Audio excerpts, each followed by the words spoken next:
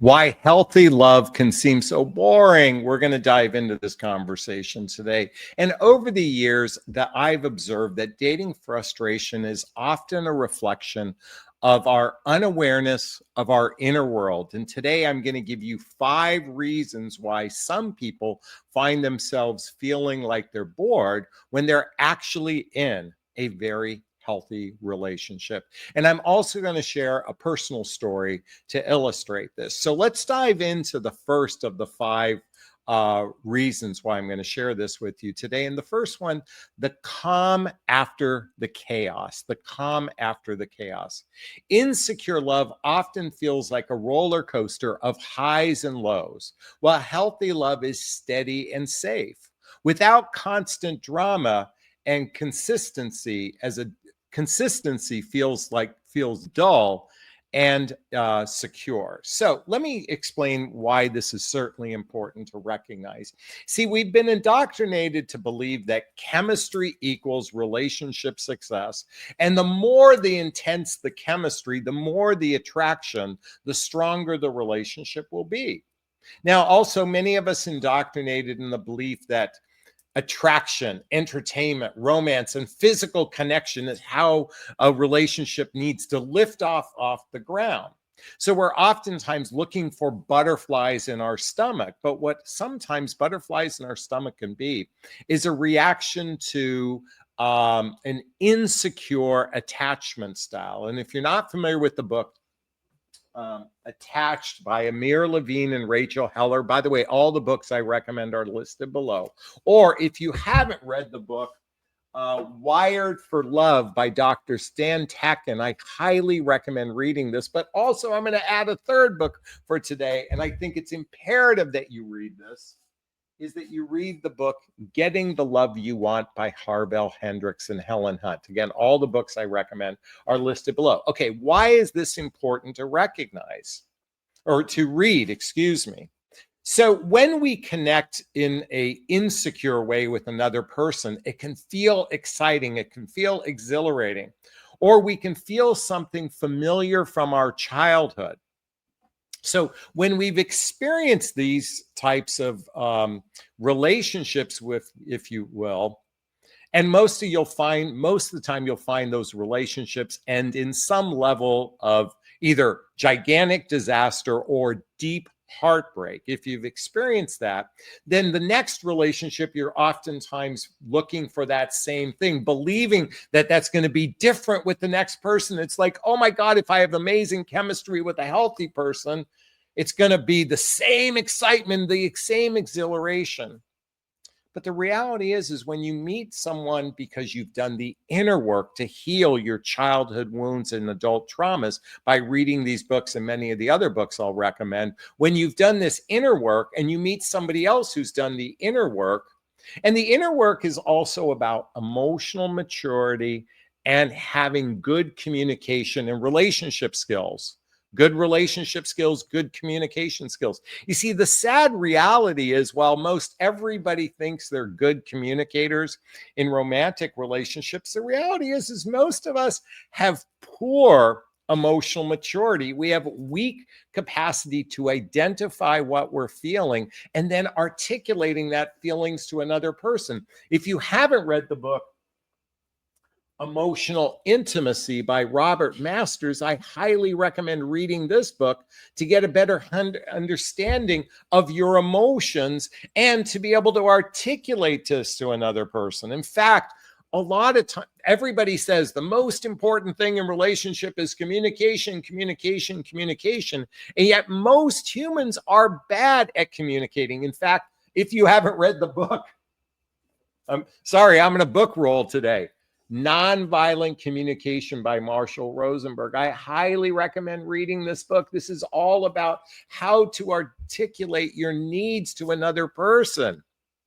You see, the thing is, when somebody's done a tremendous amount of inner work, when they've learned how to regulate their emotions, when they've learned how to communicate with someone, and you meet somebody else who's done the same, it can feel rather boring. It can feel very calm. And calm is a good thing. Calm is a good thing. Okay, I told you I'd give you 5 things. The second thing to look out for, our nervous system gets confused. Our nervous system gets confused. If you've been wired to expect tension, games, unpredictability, the nervous system may interpret that. What did I write down? Interpret that peace and consistency as dull instead of secure. See, we've got this belief that without the drama, without the intensity, it's not worth pursuing. It's not love. And yet, believe it or not, healthy love can feel boring. And by the way, let me just say this with the title. When I say the word boring, I just mean it's not the highs that you can expect. But one of the beautiful things about boring, it's calm, it's steady, it's peaceful, it's secure. And quite frankly, that's what you want. I'm going to interpret that that's what you want. But our nervous system gets so confused that even if you've done the work, you might not be prepared for a calm, secure, safe type of relationship. And it's okay. It's okay. The most important thing is when it feels calm, secure, and even boring, do me a favor. Keep moving forward when you meet that type of person. Maybe they're not the most handsome. Maybe she's not the most beautiful. But you know what? A wonderful relationship, especially with someone you deeply care for, that you feel a deep connection with, can be one of the most fulfilling and enriching aspects of a person's life. In fact, Esther Perel says the quality of our life is predicated oftentimes by the quality of our relationships. Number 3, chemistry versus compatibility. Many chase fireworks, the adrenaline in the early stages, but sustainable love is about emotional maturity, trust, and long-term compatibility, which feels quieter. Do you know when you meet somebody who's compatible with you, and compatibility means they share the same values with you. You share the same vision for a relationship future.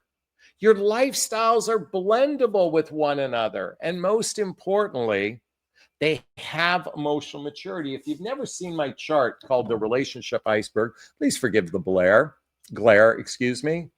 See, we oftentimes focus on chemistry. It's the first thing we see.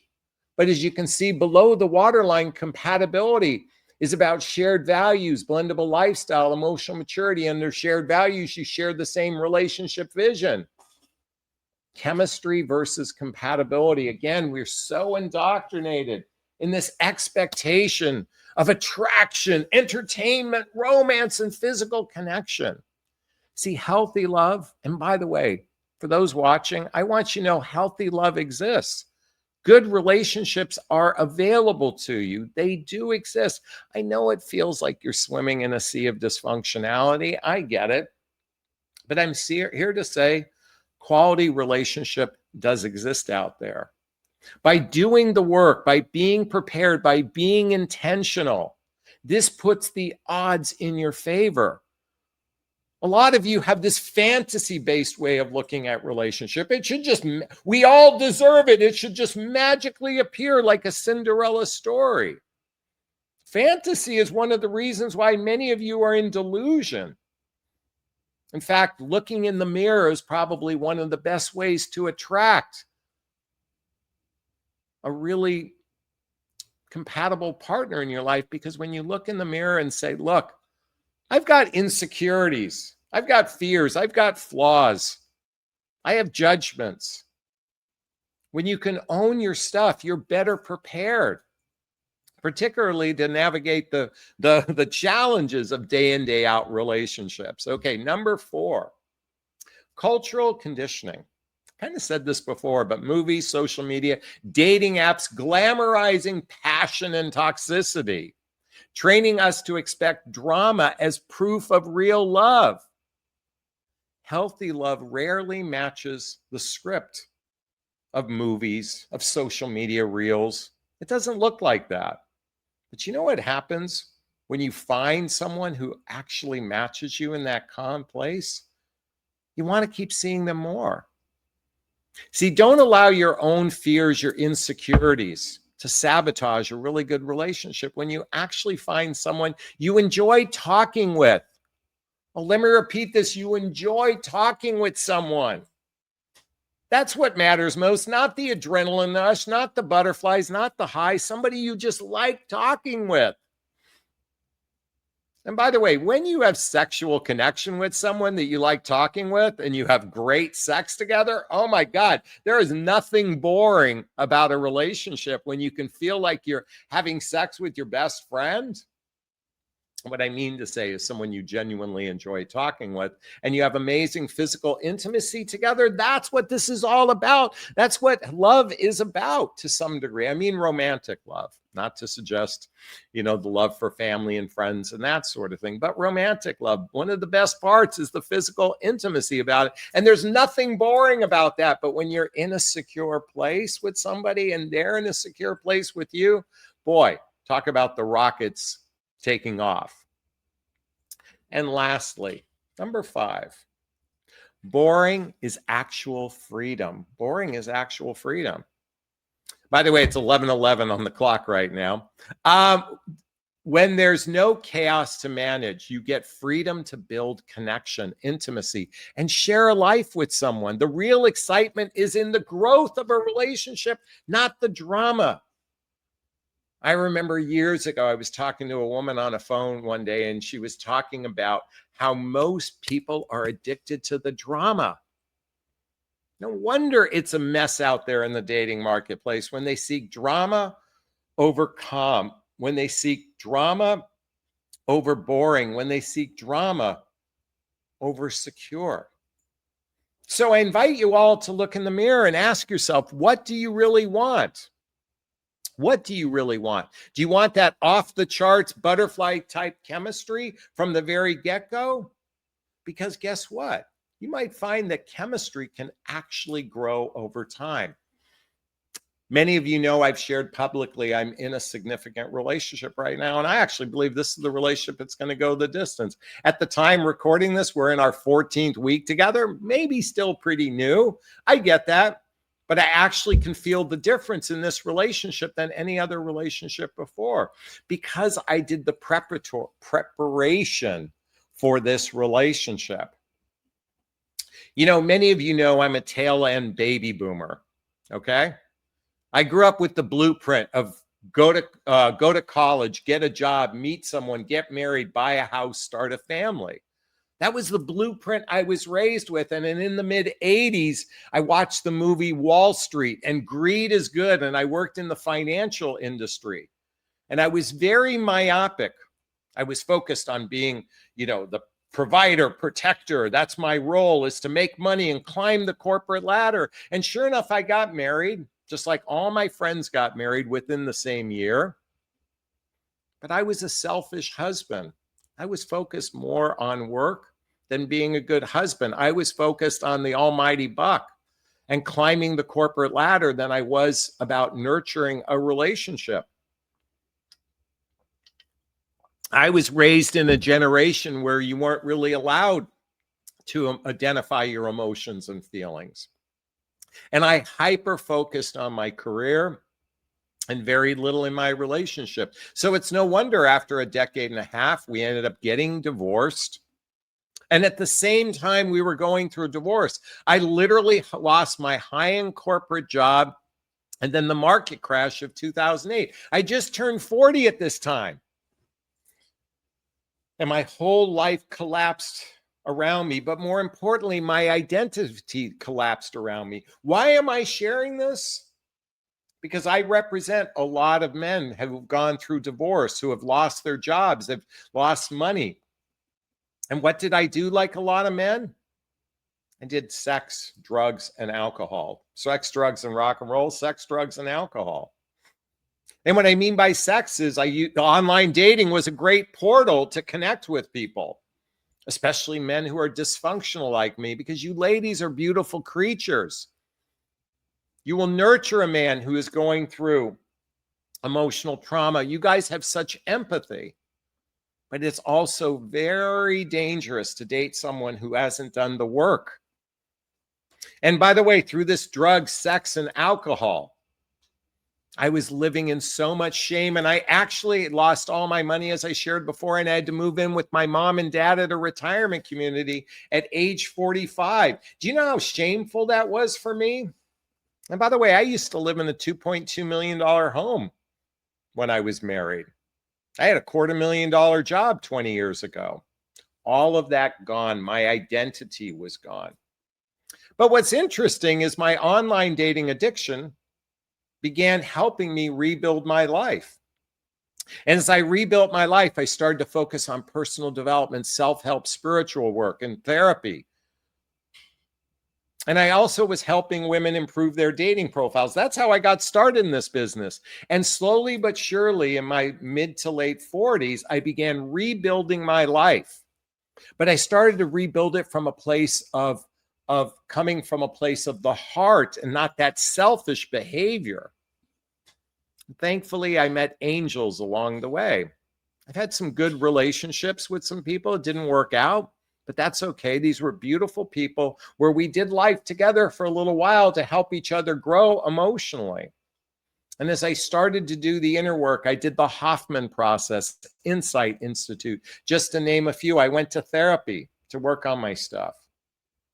I even did psychedelic therapy to help prepare me for my next evolution, which was losing my son, Connor. Many of you know there's a picture of him right there with his brother, Colin. I lost my 19-year-old son. And through that trauma, through that tragedy, I began writing a book called What the Heck is Self-Love Anyway? A Journey of Personal Development, Self-Help, and Spiritual Work. Why am I talking about this? Because it's doing the work, looking in the mirror. When you look in the mirror, do the inner work. You know your insecurities, you know your fears, you know your negative patterns, your judgments. You know your attachment style. This better prepares you to be in a relationship. And many of you know, a couple years ago, I had a significant relationship where we lived together, but she didn't like living here. And she ended the relationship. And through that heartbreak, it better prepared me to go through what many of you go through. That heartbreak better prepared me to recognize the most important thing for myself is knowing what I want, knowing who's compatible with me at a core level. And I shared with you a moment ago that I'm in a significant relationship. Can I be candid with you? On our first date, we didn't have chemistry. We had great communication. We had intellectual banter, but we didn't have that raw kind of off the charts chemistry. We thought it was kind of like we were in shock because we hit it off so well. We had so much in common, but we didn't have the chemistry. But what's interesting about that is that we developed a friendship over the phone over the next week. And through that connection over the phone, that intellectual stimulation, that emotional stimulation, and communicating from a heart-centered place, the attraction grew for us. And I can tell you, it felt boring at first, but there's nothing boring about the relationship I'm in today. Because when you connect with a person at a heart-centered level, when you are sincere and from the heart with a partner, I know this might sound cheesy. I know men listening to me might think I'm a simp, but I'm going to tell you this. When you're in a loving relationship, man, wind beneath my wings, so to speak. I feel like I can climb mountains in a way I never could before. And that is available to everyone out there. But as I've been stressing throughout this whole conversation, you can either be looking for the butterflies, you could be looking for the intense attraction, or maybe do the inner work. And if you're lucky enough to meet someone else who's done the inner work as well, you might find that it might seem boring at first, but there is nothing boring about a deeply loving relationship. Is this sinking in? Is this resonating with you? Please let me know. I'd like to hear your thoughts. Post a comment below. I do my best to read them all in the first 24 hours. As always, if you find value in my videos, please hit that like button. Please share this video. Please subscribe to my channel and hit that notification bell so you can be notified of new videos. And if you want to connect with me directly, there's links below. Schedule a discovery call with me. See if working with a coach is right for you. Join my group called Midlife Love Mastery. Get all the books I recommend and make sure you get my book as well. And if you haven't joined my mailing list, get my dating vows link that's listed there.